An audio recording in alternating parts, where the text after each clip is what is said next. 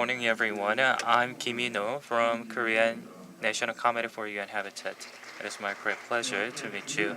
Thank you so much for taking out your precious time to attend this session at this early morning. And let us begin the session without further ado. Today's session are going to talk about the main culprit of the climate change, the carbon emission of the urban cities. In order to reduce carbon emission, we are going to design the new city models with experts and the young leaders who are presenting here at this forum today.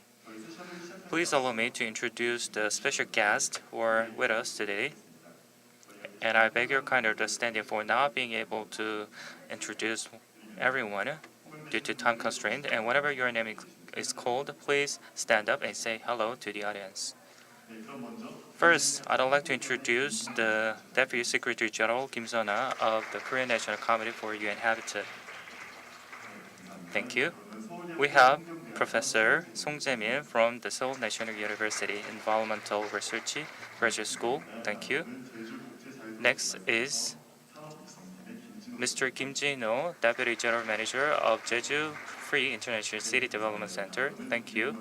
We're joined by Kim Hyun-ki from Eco-Friendly Team Manager of Junglim Architecture.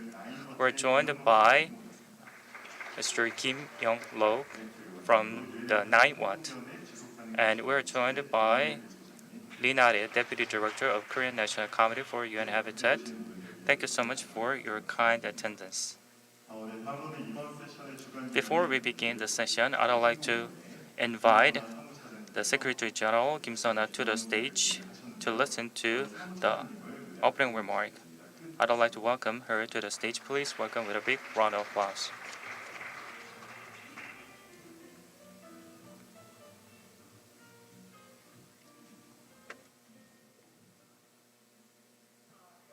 Ladies and gentlemen, good morning.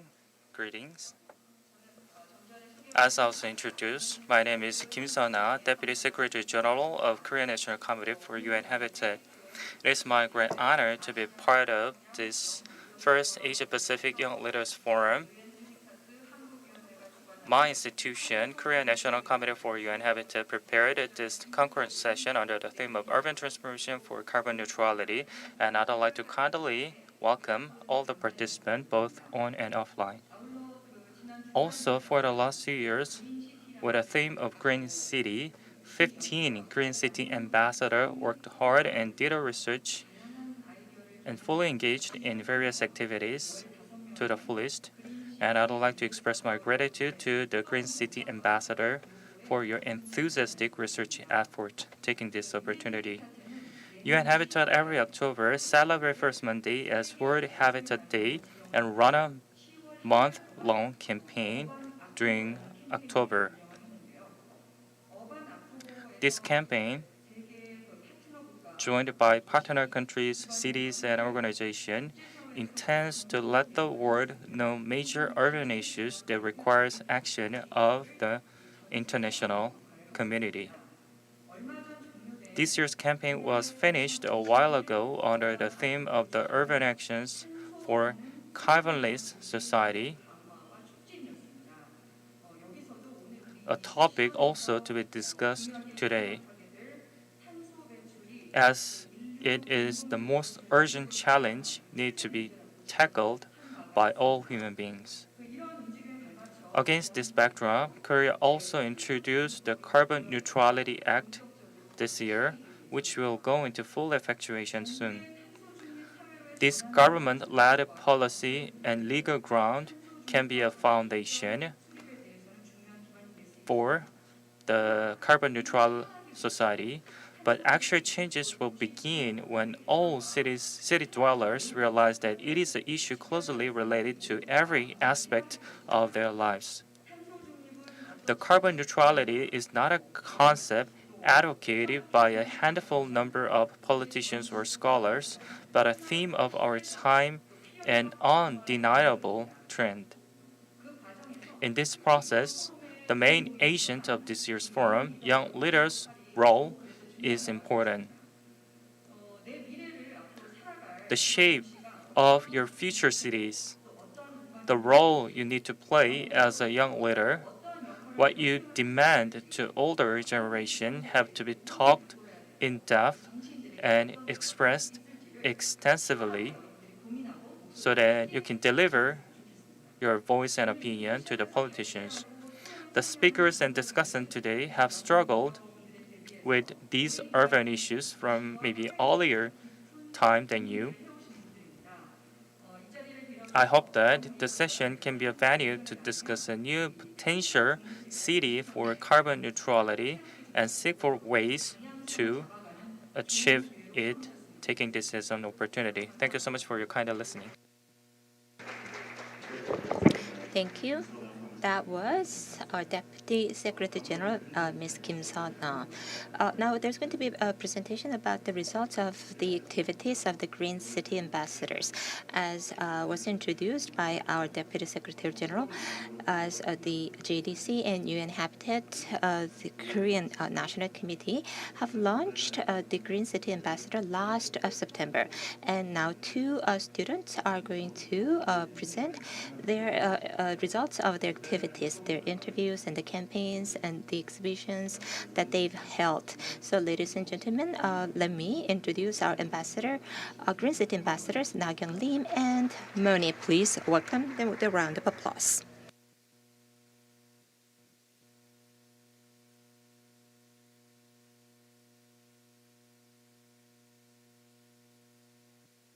안녕하세요. 그린시티 앰베서더입니다. Good morning, everyone. I'm Green City Ambassador. Thank you so much for attending this session at this early morning. We are Green Ambassador who are going to introduce the activities of us. My name is Im Na-kyung, and the friends here right next to me is Sek Seroimoni. This is the content of my presentation. I'm going to talk about the concept of Green City and composition of Green City and activities that has been done under the banner of Green Ambassador. First, let me introduce what is Green City, the meaning of Green City and its concept. First, Green City means the city that can curb the carbon emission or reduce the carbon consumption for the sustainability of society, environment, and economy in a comprehensive manner. Actually, in the second World Solar City Congress, Mr. Pichauri from IPCC released a report that 50% of the population live in cities who emit more than 70% of the carbon around the world. That's why Green City is critical, and the role of the youth of citizens, companies, governments are getting more important than ever. Green City is an indispensable part of our life to equip ourselves for the future cities. So the Green City policies intends to resolve the scarcity of the resources in the cities and inefficiencies of the public infrastructure and reckless expansion of the city areas. Also, efficient use of resources, equity of the resource use, and sustainability are all practiced by the concept of Green City. Green City is just more than the control of contamination or the control of the scarce resources. It is also more than just sustainability of social structure or existing economy. Rather, the Green City policy intends to resolve all the root causes of the resource deficiency by recovering the relationship between nature and the cities. As such, Green City, from the perspective of economy, intends to create a self-cycling system of the resources and produce the environment where people can participate and make a consensus in the decision-making processes and create a reciprocity and equal communities and create an identity of the cities as a city and environment culturally. Green City Ambassador, as a green youth supporters, intends to facilitate the creation of the sustainable city environment so that we can seek for efficient climate change battle strategies so that we can have a time to think about what kind of cities we need to build together. Green City Ambassador at this first Asia Pacific Young Leaders Forum organized this concurrent session. And also, if you visit the official website of our institution or the forum, or if you visit the SNS channel, you can see the promotional materials that we made. Green City Ambassador from Seoul all the way down to Jeju, at every corner of Korea, collected all the people from all walks of life. We have two teams, research team and campaign team, and did case studies and practice manual or guideline. And also we did an interview with experts or did on-site archiving activities so that we can research the sustainable cities in depth. The details can be found in the next presentation, which will be delivered by myself and my friend Moni will explain in English actually. Please, I will hand over the microphone to my friend. So who are city ambassadors? Green City Ambassadors. Green City Ambassadors are divided into research team and campaign team, where each of the teams are also divided into two small teams. So for research team 1, we have Im Na-kyung, who is the team leader and here with us today, Kim Tae-yoon, Choi Jae-ho, and for research team 2, we have Jung So-hee as the leader, Kim Ju-yeon, Kim Ji-yoon, and Raisa from Indonesia. For campaign team 1, we have Ihan-bi, who is the leader, Lee Kang-min, Stephanie from Peru, and Dimas from Indonesia. For campaign team 2, which is my team, we have Park Hae-ji as the team leader, Hong Song-jae, Song Eun-jung, and Moni, which is me. And next, Na-kyung will talk about what Green City Ambassadors do, specifically research team. So here are some activities of research team. Composed of 2 group leaders and 5 teammates, our activities include mainly 3 portions: a variety of research projects and creating promotional literature or publicity material, designing and executing the exhibition booth, which you can check right outside this hall. To begin with, we designed a research project of making a Green City manual. Dividing the globe into 6 sessions, we have studied Green City exemplary policies and projects in Asia, Northern and Southern America, Africa, Europe, and Oceania. As you may all know, there are mainly 3 subjects we can take actions: individuals, companies, and governments or international organizations. We focus on these subjects' roles and actions to foster our world within the 6 regions. International organizations such as the United Nations, OECD, etc., and the other government's official reports, academic journals, or articles have been referred to while we analyze the theme. Moving on, we produce a card news in order to promote the idea of the research project result to people in Korea and all around the world via United Nations, Habitat Korea Committee, and JDC's official website and social media, such as their official webpage of Instagram, Facebook, etc. Last but not least, we planning and conducted.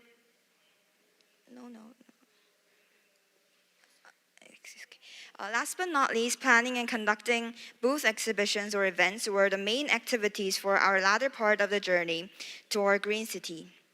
You can meet Green City tour theme outside the door, including our Green City passport, which you can skim through the main idea, Green City world map, where you can delve into specific examples pointed out by regions, and overall exhibition walls with the introduction of Green City Ambassadors program and detailed projects. Now let's see the pictures of our activities. Here are some card news that we have made and posted uploaded in the official websites. And here are pictures of our project of exhibitions, which you can check right outside the hall. And this is the manual that we have made for last 2 months, and it includes what the exemplary policies were and what we should do as a global citizen. Now let's move on to campaign team, and Moni will introduce about it. Campaign team role can be divided into 3 parts: interview, campaign, and exhibition. Through these 3 parts, I'll show you what campaign team has done. First, I'll start with campaign team 1. For the interview, they did both of their interviews virtually. The first interview was with Aunt Nan, who's a master's degree student majoring in smart cities at Sungkyunkwan University. The second interview was with an upcycling environmental organization named Elephant Star Flower. For their relay campaign, they posted 3 videos on UN Habitat's Instagram page, where the campaigns mostly focuses on 7 different topics. The topics were reducing digital carbon, saving water, using bicycles in public transportation, unplugging, using tumblers, recycling and how to properly dispose masks, and reducing paper use. For the exhibition, Team 1 booth displayed a photo of Gray City, which has been affected by dust and pollution. Participants can then go up and write on a piece of green sticky notes on how they'll help the environment. After that, they get 3 blocks of wood to fill up the wood blocks that make out the word Take Action Green City. Next, I'll move on to my team, which is Campaign Team 2. For the interviews, we did all of our interviews in person. The first interview was with Mr. Cha Dong-hyuk, CEO of Within, which is a service that lends and manages reusable cups. The second interviewee is 오늘을 다르게, or Oda, who plants and sells the zero-waste cube-shaped tea called Pong Tea. The third interview was with Annie Moore, who are trying to spread the awareness about animal cruelty through educational kit. And we also did a campaign called Green Food or Green City, which is a vegetarian campaign. We made this campaign into 3 cart news where we introduced our campaign, and the second cart news was to introduce what veganism is, and the third cart news was on sustainable agriculture, where terms such as urban farm and smart farm were introduced. So for exhibition, our team made a model of Songsanil Chulbong, which is on the east coast of Jeju. Participants can come and try pouring water into the model to see a real-life look at sea level rising in this area. With the water poured in, we're trying to show that the sea level is rising by 1 meter, flooding the lower part of this area.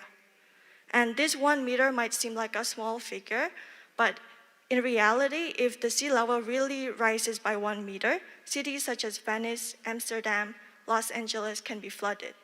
So all of our teams have been working very hard, so please make sure to check out our booths later after this session. 네, 이상으로 활동 This concludes the explanation on our activities, and let me move on to the closing part. So, we know the importance of the Green City as a young leader and as a part of global community, and we did a lot of research and campaigns to this end. And I attended this forum. It is my great honor to be part of it to wrap up our activities. Finally, I'd like to close my session by quote. and environmental move. 도시란 사회 경 City is the powerful socio-economic, culture, and environmental move. So we felt it, and we believe that we need to put those ideas into actions as a Green City ambassador, and I hope that you can be a Green City ambassador also. This concludes my presentation. Thank you so much for your kind listening.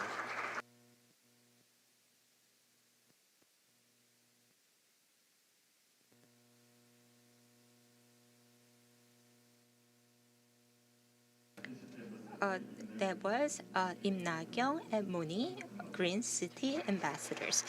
They made presentation on the activities of Green City Ambassador. As was mentioned by Mooney, outside in the hall, there are exhibition booths prepared by the ambassadors. They have worked on them for 2 months. Please make sure that you do visit the booth. Now let me introduce our next speaker. The next speaker is the former professor of Hanyang University and the wife of the Swiss ambassador, Ms. Johanna HALLGREN. She's going to talk about the major city examples of the European countries and say some implication of them. And she pre-recorded a video. Please direct your attention to the screen and welcome with a big round of applause. Hello, everyone. I'm so happy to be here with you at the Asia Pacific Young Leaders Forum. My name is Johanna HALLGREN, and I am a Swedish architect. I have been living in Korea for the last 2 years, from 2019 until this summer, where I was working as a guest professor at Konkuk and Hanyang University. And today I will, with my experience from Sweden and from Korea, I will talk about sustainable city planning. This is a photo from an article in Yongang Monthly about my views on smart cities and sustainable city planning. I chose to meet the journalist at Sewon Sanga, or Maker City Sewon in Seoul. I think it is a unique place with manufacturing in the middle of the megacity Seoul. This is something I will come back to in my presentation. The COP26 meeting in Glasgow is happening now, and the focus is on reducing the carbon emissions and protection of communities and natural habitats. We are in a hurry, and we have to work together to reach that goal. But at the same time as the climate change, our everyday life is happening right here and now. This is a photo from my everyday life some years ago. I'm walking with my youngest child to school, here with her friend, and you can also see my bike in the foreground. The school is approximately 3 kilometers from home. After saying goodbye to my daughter, I continued my bike to the office 11 kilometers away. It sounds like a long ride, but it's not. It's about which mindset you have. For me, this habit has become part of my daily routine. I get my physical training on my way to the office, and I also get a mental pause between home and work. I am not alone with this habit, and I can do this because my city is planned with space left for bike lanes, and there is always fresh air to breathe.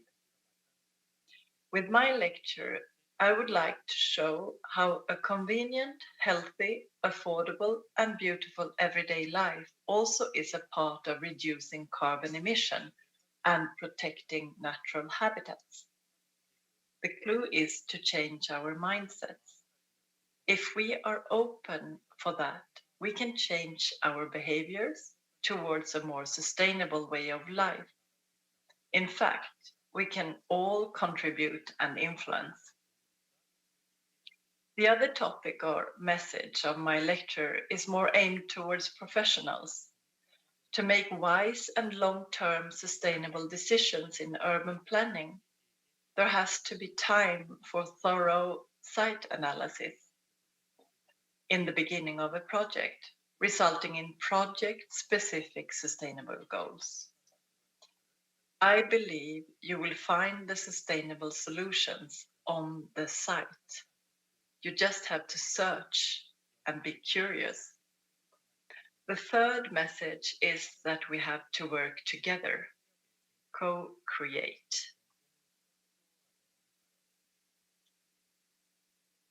We have a limited space of land. How do we divide the land equally between different groups of people and functions? To have the possibility to commute on bike, there has to be space for bike lanes. As you can see on this slide, there is a big difference in how much different means of transportation occupy, and who is sitting in the car that occupies a big part of the unbuilt areas. Both while the car is moving, but also when it is parked. Yes, I think an answer to that question is that it is very often a grown-up person who can afford to commute by car and who goes alone, which means that a small percentage of the inhabitants are using a big plot of land. That is not equal. If the transportation is space efficient, there will be more space left for playgrounds, parks, green areas, meeting places, and the land will then be used by different groups of people.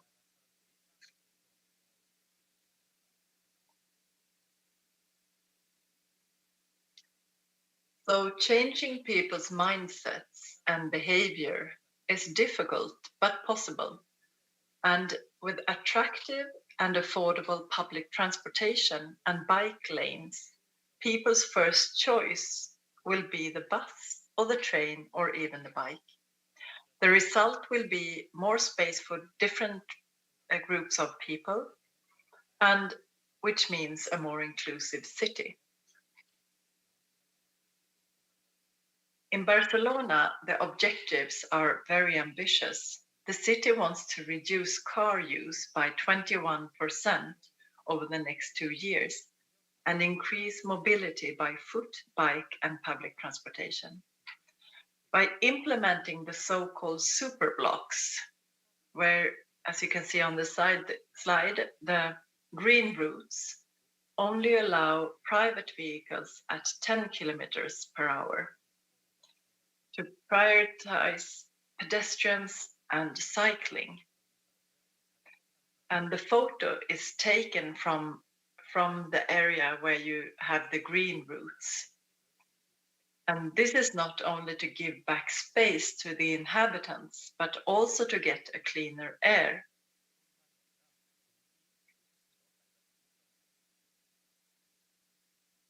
It started with 5 families. Now hundreds of children are biking to school together in Barcelona. There is a power in changing mindsets, which can make a change in a bigger scale from the bottom-up perspective. The community in Barcelona is hoping to build a school-friendly bike lane for a safer commute for kids. In Sweden, analysis have been done where the result shows that urban space is mostly used by boys and not so much by girls. As a consequence of this analysis, an urban dance floor was built with loudspeakers in playful colors. This is a space that attracts more girls to use the urban space, but also boys, of course. The vision is to create urban spaces where everyone can find their place and feel at home.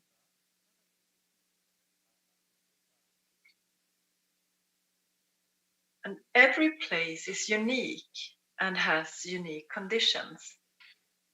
I believe that the keys to sustainable solutions are to be found on the specific site. To be able to find them, you have to be curious, look for them, make a thorough site analysis. Sewon Sangha, or Maker City Sewon, in the heart of the megacity Seoul, is a good example. Professor Hwang Yi-eun and her team has done a thorough analysis of the manufacturing area, the small industries in the middle of Seoul.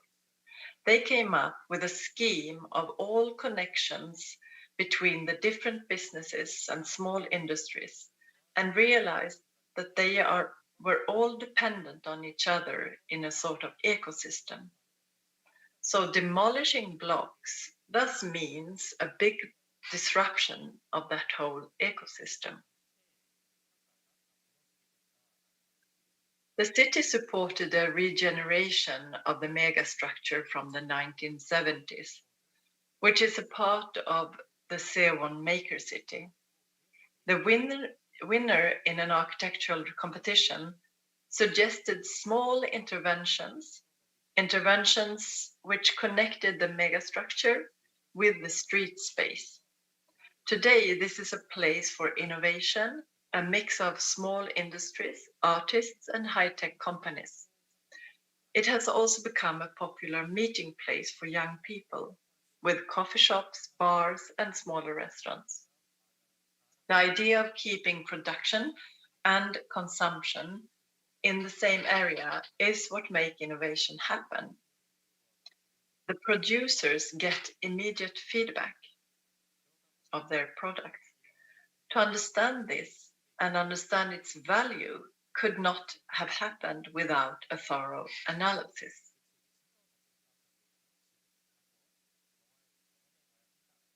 This is Linköping in Sweden, a town 200 kilometers kilometers south of Stockholm.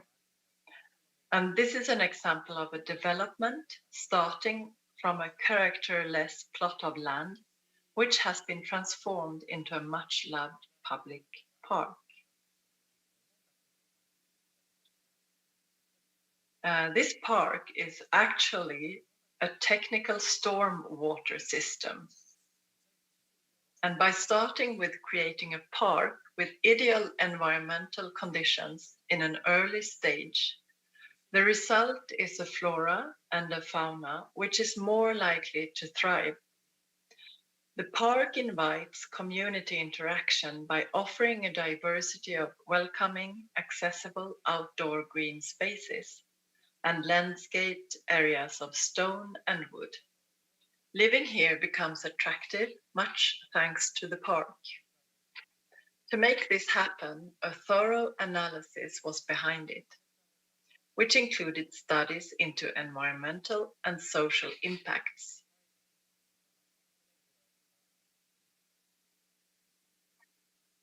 The Royal Seaport in Stockholm is the latest sustainability profiled area. By 2030, there will be 12,000 new homes and 35,000 new workplaces here. As you know, every plot of land is unique, and the project should be defined on the unique conditions of the site. Analyzing the site is therefore an important step towards an ecologically, socially, and economically sustainable city. The analysis is about the existing ecological ecosystem, the existing socially and economically system, the cultural aspects, and existing building structures. How can the new development strengthen the existing values of the plot? And one of the unique conditions of the site is the industrial heritage, the gasworks, with high quality buildings. They are preserved and transformed into public cultural buildings. By preserving the existing buildings, the historical atmosphere of the site will make the new development more attractive and more diverse, which also creates long-lasting economical value and sustainability. Preserving and transforming existing buildings instead of demolishing and constructing new ones is actually one of the most ecologically sustainable solutions. At the Royal Seaport, there is also a vast green area and the sea next door. Green corridors have been planned and created to ensure that plants and animals continue their movement and there are places for habitats despite the urban development. Thriving green areas can replace and complement technical systems, and they contribute to the biodiversity and are good for people's health and also contribute to an inclusive city as well as space for children to play. And to be able to see these values, you have to put time into a site analysis. In Europe, the European New Green Deal is a set of policy initiatives by the European Commission with the aim of making Europe climate neutral by 2050. The EU Commission President, Ursula von der Leyen, stated that the European Green Deal would be Europe's man on the moon moment, as the plan would make Europe the first climate neutral continent. A big focus in the new Green Deal is transformation as a solution to reach the high goals. This stems from a realization that demolishing and building new structures are not affordable in a CO2 budget. This photo is from a housing project, a renovation and transformation by the French architects Vassal-Lassaton, who got the most prestigious global architectural prize this year, the Pritzker Prize. They are an architectural firm focusing on transformation.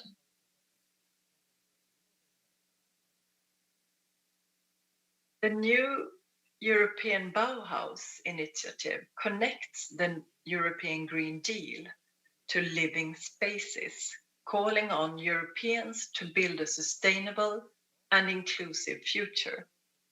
It will bring a cultural aspect to the Green Deal, aiming to demonstrate how sustainable innovations can positively impact the everyday life. The core values of the European Bauhaus are thus sustainability, aesthetics, and inclusiveness.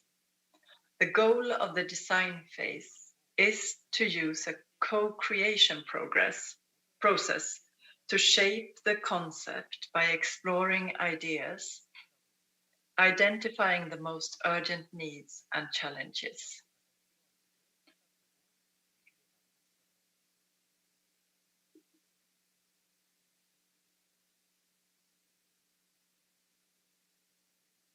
So on the dedicated website, artists, designers, engineers, scientists, entrepreneurs, architects, students, and all interested people can share examples of inspiring achievements for the new European Bauhaus. It includes their ideas about how it should be shaped and how it should evolve, as well as their concerns and challenges. And here on the slide, you see some of the ideas found at Instagram New European Bauhaus.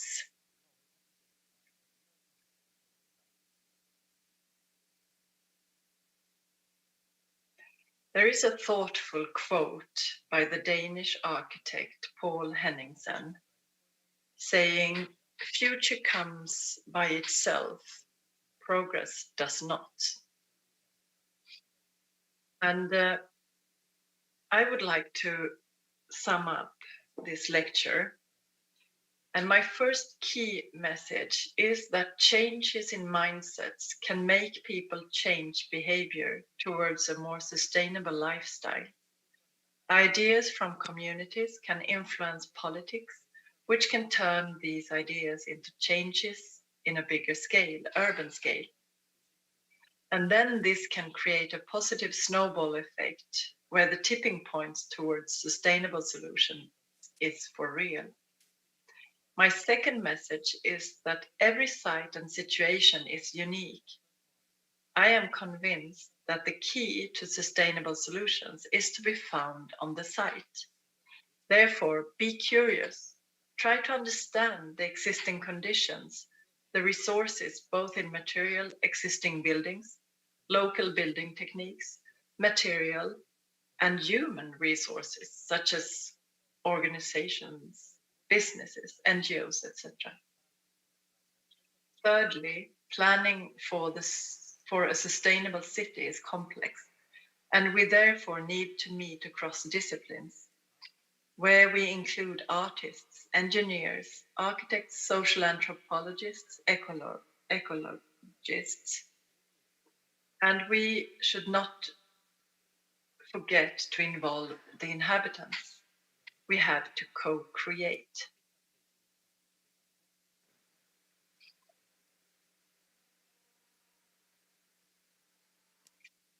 So thank you very much for listening. And I would be very honored if you contact me or with ideas or questions so we can keep this dialogue going. Thank you. Goodbye and have a wonderful forum together.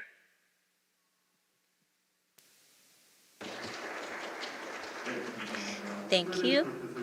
She has told us about the urban environment in Europe, in particular in Sweden, and she has also told us what implications they could hold for Korea. That was Professor Johanna. Now we're going to begin the panel discussion. We're going to invite our 5 panelists onto the stage. As our panel discussants get ready for the panel discussion, I will introduce our panel discussants. We have Mr. Kim Jin-ho from JDC, and we have Mr. Kim Hyun-ki from Junglim Architect, and we have Professor Song Jae-min from SNU University, and Mr. Kim Young-rok from Ninewatt, and Ms. Na-rae from a Sustainable City Research Center of the Korean National Committee for the UN Habitat. Let me turn the microphone over to Professor Song. Good morning, ladies and gentlemen. It's a pleasure to meet all of you. We're going to be discussing about urban transformation for carbon and neutrality. This is a very important agenda, and it's an honor to be able to meet all of you with this very important theme. Professor Johanna talked about three very important key messages. Do you remember the last slide that she has shown us? She told us about the change of attitude, the way we think. We've been focusing on economic development and efficiency, but going forward, we should be more focused on sustainability and inclusiveness, as well as environment issues, including decarbonization. And she also mentioned that the second important topic that she mentioned is to ensure that we do everything that we could, we're focusing on the characteristics of each locality. There are different things that we can do depending on where we are, whether we are in Jeju or in Seoul. She has given us an example of Seoul commercial district or the commercial buildings, and she told us that we have to have different solutions for different regions of different locality. And thirdly, she said that we all have to work together for this shared goal. And we all realize the importance of carbon neutrality, and I'm not sure that everyone agree about the importance of carbon neutrality. However, attaining carbon neutrality is not easy, so we need to have everyone from different backgrounds to join together in order to gain and to the goal of carbon neutrality. And we have invited experts from different fields to talk about carbon neutrality, from mobility, from architect, from energy, and from international city development. Well, we have experts all these areas joining us on stage, and we are going to discuss about projects, policies that are currently underway in these fields for the goal of carbon neutrality. To my right, Mr. Kim Jin-ho from JDC can start the discussion first. Good morning, everyone. I'm from JDC. My name is Kim Jin-ho, Deputy General Manager of Jeju Free International City Development Center. I'm not an expert in mobility, but since I'm working for a public institution, we're working on the eco-friendly mobility. So we have some initiatives we have done, and to spread this concept, we have done some activities. So please allow me to explain some of them. If you see this slide, you must know well, but which place has the largest number of the car per person? Actually, the Jeju Island, 0.83 cars per person. There are 700,000 island dwellers, but the number of the car is more than 500,000. So it's almost like every person has a car at least. This is the Jeju Advanced Technology Complex, and the situation is the same. Most of the employees have their own personal car and commute with their car. The parking spaces are fully saturated, and there are so many illegally parked cars, which cause many civil complaints. So we thought that what is the best way of reducing the number of cars? According to the fortune, today's cars are parked in most of the times. So if you see the life cycle of the car, only 5% of the life are on a road. So that is a huge inefficiency. According to the Ministry of Land Infrastructure, people use the car alone. So they drive alone and move to the other place. Still, they prefer to have a bigger car for 5 seats or 6 seats. And like the previous speaker said, Ms. Johanna, the road are everyone's, not owned by a single person, but you occupy the huge space by driving a car alone. And this is so inefficient, I believe. So maybe we can reduce the number of the car through car sharing. If you see the comparison between Germany and Seoul, in the same span of the lot, if you have a good car sharing system, you can substitute the number of the cars, and this comparative table shows the number of the car you can reduce through car sharing. So we thought that maybe we can do some very interesting experiment. So the car sharing can have different types for personal car sharing or collective car sharing. For example, Mr. A commute by using this car, and during his work hours, the car would stay in a parking lot. So instead of doing that, maybe other people can use the parked car for their own work. So by doing so, we can maximize the value of the space and a car at the same time. Also, we decided to use the small compact electric vehicle. We worked with the Ministry of Industry and the city government. Usually, these cars are two seats, which is capable of running at 80 km an hour at maximum and can be easily parked in a small space as the car itself is quite compact.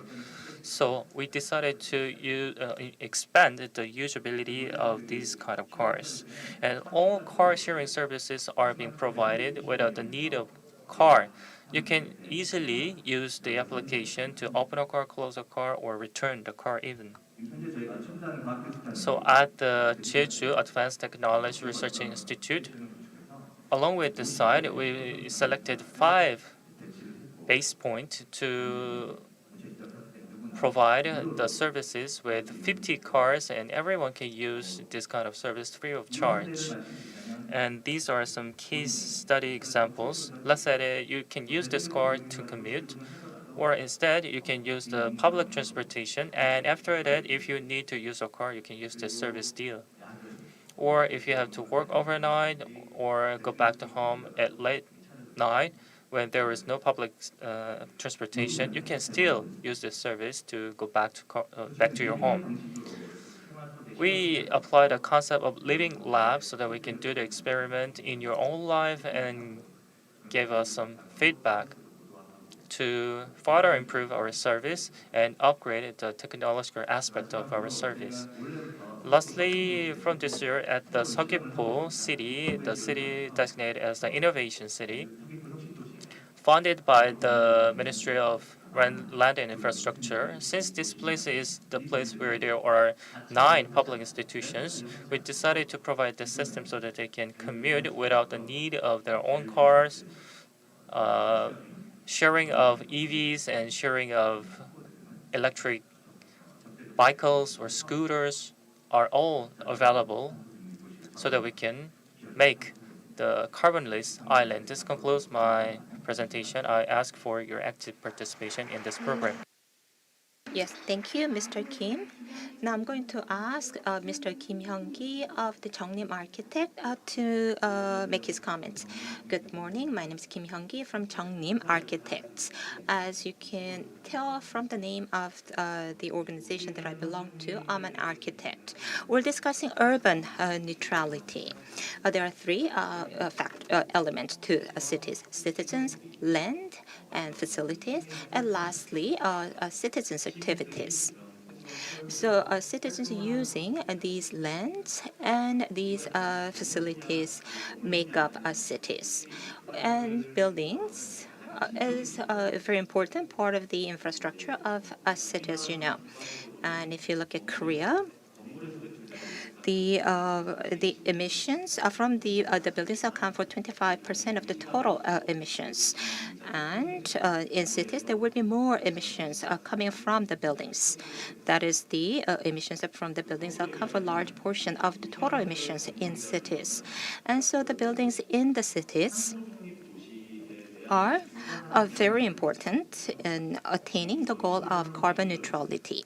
And as of those of us who are in the construction or the architecture of business, we do know the threat that we pose when it comes to environment.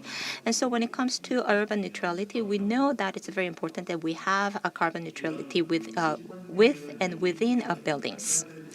And so there are many things we realize that we need to do. And I design art buildings. So let me talk about designing of buildings and the design technology. I think we need to change the paradigm first. Of course, we've changed compared to the past. However, until very recently, low energy or low carbon design was thought to reduce the overall design or aesthetic aspects of buildings. A lot of had changed, but some still think that way. But when it comes to drawing architects or the designing of buildings, they are part of the creative activities. So when we're trying to have carbon neutrality or we're trying to move to low carbon, it's not it's not about us to completely change. It's more of realizing the limitations that we face and trying to be more creative in designing buildings. And as for the problems in building buildings, carbon neutrality policies or the systems when it comes to buildings are focused on designing and construction, how to build energy efficient buildings, in terms of designing it. Well, that's been one of the focuses. When after a building has been built and until it's demolished, that accounts for less than 10% of carbon emission or the 10% of the time within the life cycle of the building. So we have to look at the whole life cycle of a building when we are trying to improve the efficiency. And we have to think about the efficient management and efficient operation of buildings while the buildings are being used.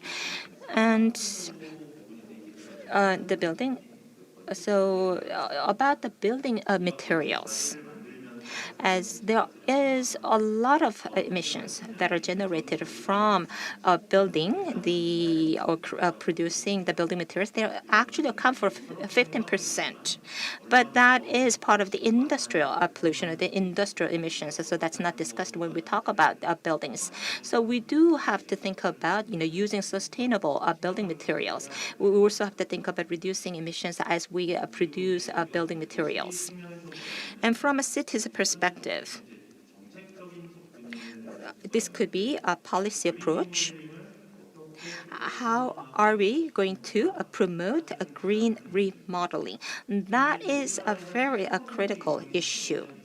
Well, about 70% of the Korean buildings are more than 15 years old. If we build a building, and that building in 15 years' time will become aged building. And without a green remodeling of all the buildings, we cannot achieve carbon neutrality. And a green remodeling is more complicated than building new buildings. We have to think about, what are we going to do with those who are renting the building or those who are actually leasing the buildings. So we have to think about that ownership. And that ownership of the building or the use, the current use of the building could be an obstacle to green remodeling. And of course, we have to improve the energy efficiency within the existing buildings. So we also need to change the systems within the buildings. We need to also have to think about the fiscal aspect, or that is the fiscal spending by the government to promote green remodeling. So there are so many factors that need to be considered as we try to pursue green remodeling. And as Professor HALLGREN has said, and I'm sure that you would all agree, ultimately, the most important thing is that we have of participation of everyone, all the stakeholders. For NDC, maybe we could do something policy-wise, but for us to have true carbon neutrality, we need to have participation by everyone. And I think that was COP25. There was a lot of discussion about actual implementation. And now I believe it's time for us to implement, to put into action what we've been discussing so far.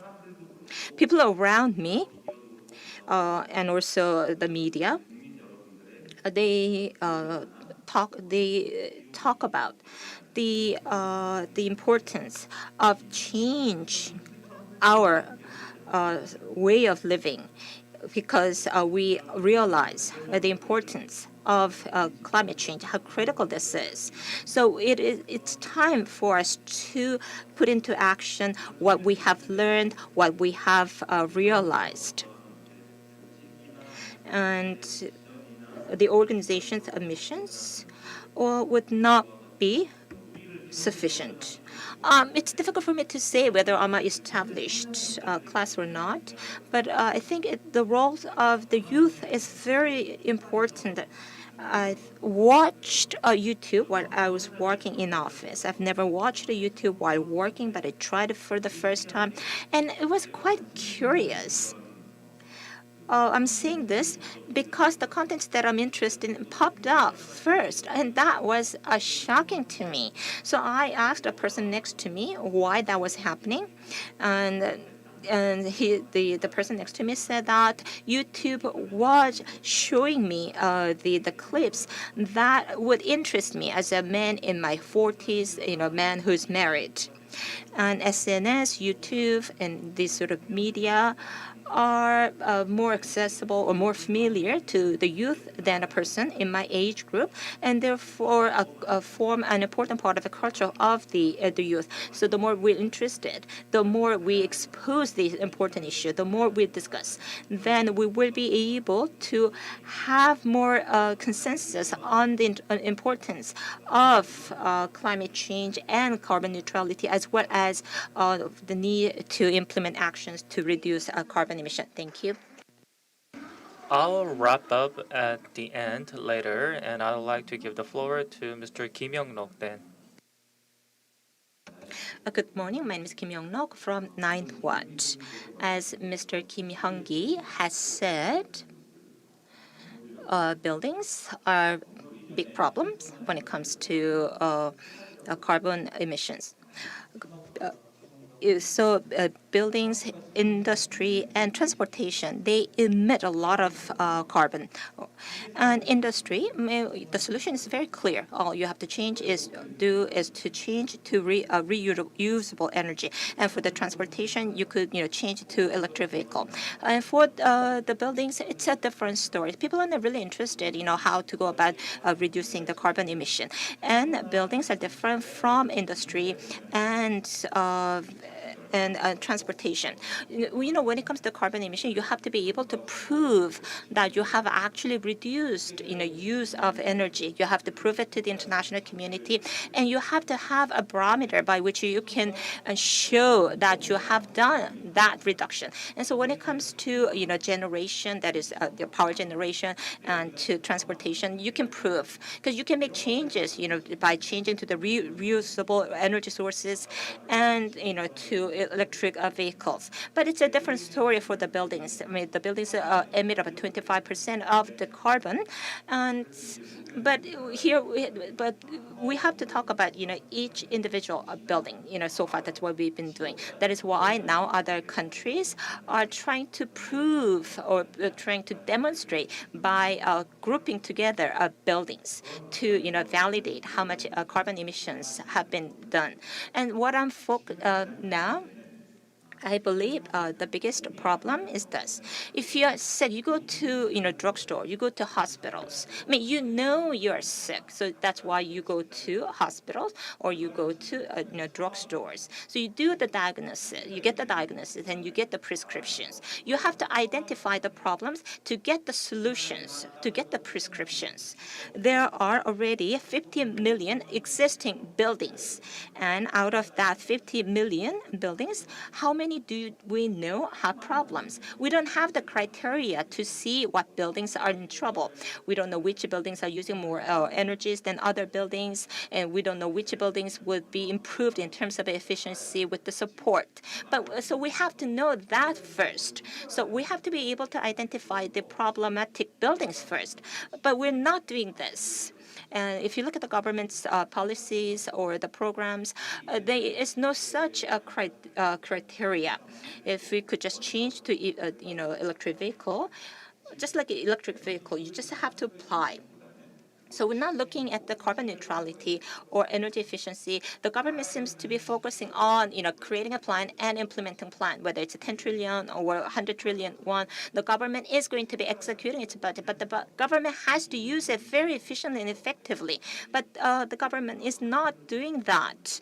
If you come to you have to say that the buildings that are using a lot of emissions should be targeted for those subsidies. It's almost like those people who are well off but want to buy electric vehicles but still get the subsidies. So these are people who are generating a lot of emissions, but these are also the people because they are well off and they're getting all these subsidies. But that should not be the approach that we should take. We have to look at it at a city level, and within the city we have to see what group of buildings are causing the problems, and we have to identify the sources of the problems and try to target those sources of the problems. And out of 50 million buildings, besides those existing 50 million buildings, we have 20,000 new buildings being built, and these 20,000 buildings will get old, and as they get older, they will be emitting more carbon and the other pollutions. But after 15 years or 20 years, they would get old, and they would apply to be renovated or rebuilt. And we are not really looking in the process of how to enhance the efficiency. And so they only do the forecast in the very beginning. And we don't know, there's a building, we don't know whether that building is going to be used for. And depending on the usage of the building, the consumption pattern is going to be different. I'm talking about the energy consumption pattern. And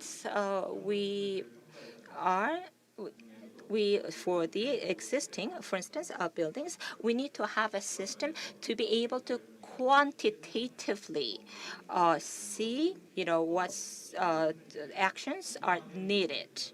So we need to have quantifiable data to do the assessment of the current status of the buildings and make solutions based on those for those solutions. That's what we do at Ninewatt. Thank you. Thank you so much for your comment. Finally, last but not least, Ms. Na-rae from Korean National Committee for UN Habitat will make a presentation. Good morning. As was introduced, my name is Na-rae. City is the main culprit of the carbon emission and the main place for carbon emission. Everyone would agree with this idea. However, according to the research done by the Globalization Adaptation Committee, carbon neutrality and carbon resilience might produce some costs and benefits, and the cost would be 1/4 of the benefits. And also, it is capable of producing a triple dividend effect, even. However, according to the CFP Congress, 26th CFP Congress, we discussed many, but situation is still very much significant. Maybe institutions, governments, participating institution and governments are doing something very complex, but nothing is really happening in reality. And you might have some kind of conspiracy that actually there's nothing going on, and that is why many people, young leaders like Greta Thunberg, criticize this fact, and young leaders who are presenting here are doing so much activities to criticize the government and society that you are not taking responsibility as much as you should. However, some countries still believe that the carbon-based policy is the way forward for the national development.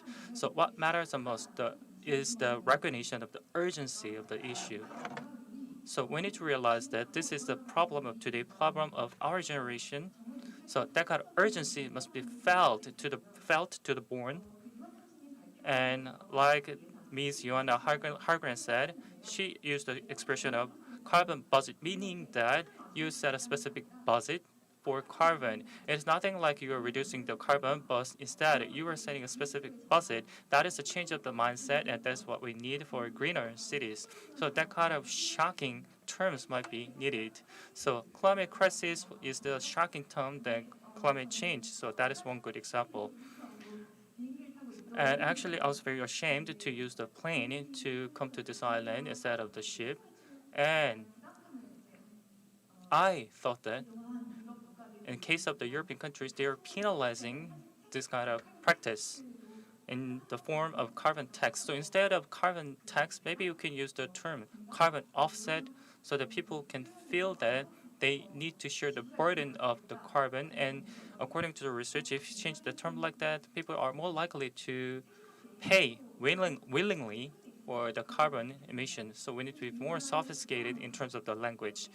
And those skepticism and those people who not believe in carbon emission or have some skepticism must be encouraged to join our effort. If that's the case, maybe we can have a different objectives, but still we can reach a certain consensus for a common goal. So that common goal must be set by emphasizing the importance of the common goals: sustainable development, better future, common prosperity. That kind of terms can be an example. So co-creation is very critical in all these processes, I believe. This concludes my comment. Thank you. We don't have much time left, but we have invited very important people to the session. It would have been really nice if we could have had more time to do discussion. And let me just summarize. Mr. Kim Jin-ho talked about eco-friendly mobility experiment that's taking place in Jeju. And Jeju, as you know, is an island. Therefore, there are limitations. But despite that, Jeju can still serve as an excellent location for experimentation. So that was quite interesting. And Mr. Kim Hyun-ki talked about architects. And he said that we have to look at a building from a total life cycle. And he also mentioned construction materials that special attention needs to be paid with the materials. And Mr. Kim Young-no talked about the need for the measurement, of the need for proper management and diagnosis when it comes to enhancing energy efficiency in buildings. I believe that this is not an issue just for the buildings. When we are trying to implement carbon neutrality, we need to have the target that is quantifiable. And if we do not have a clear set numbered targets, it would be quite difficult to do. And even if we do project, we would not be able to do efficient or an effective budget expenditure, and so that was a very important point that he made. And Ms. Na-rae said that everyone agrees about the urgency of actions needed for a climate crisis, but she said that regretfully actions are not being put into place. And she, of course, emphasized the need for more awareness. And I do talk about climate change in my classes.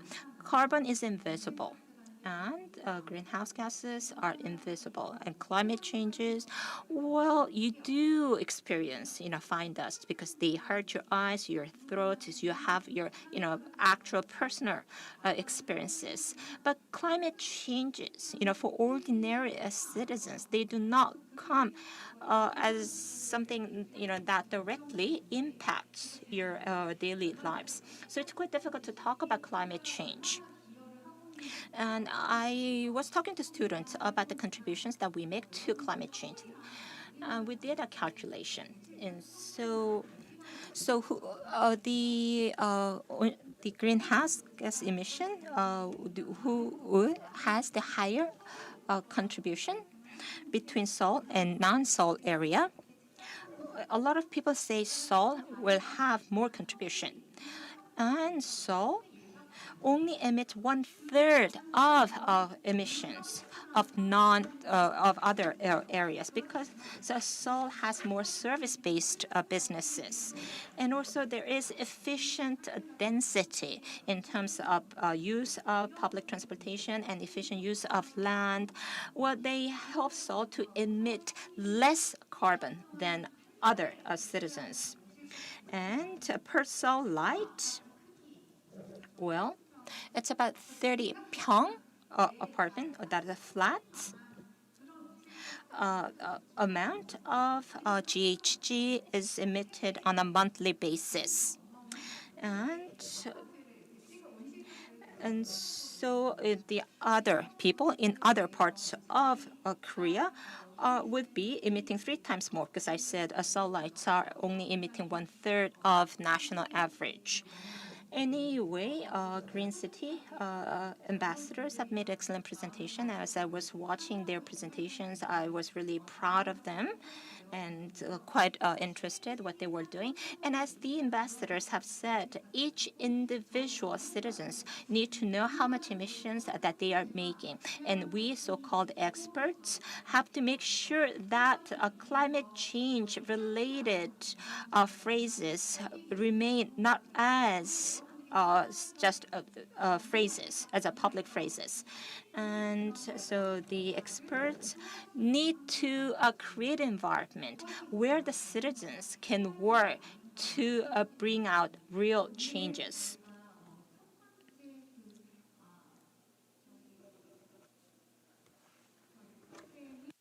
So if you see the schedule, actually the title of this session is Urban Transformation for Carbon Neutrality, and I think this is such a meaningful occasion that we are gathered here like this.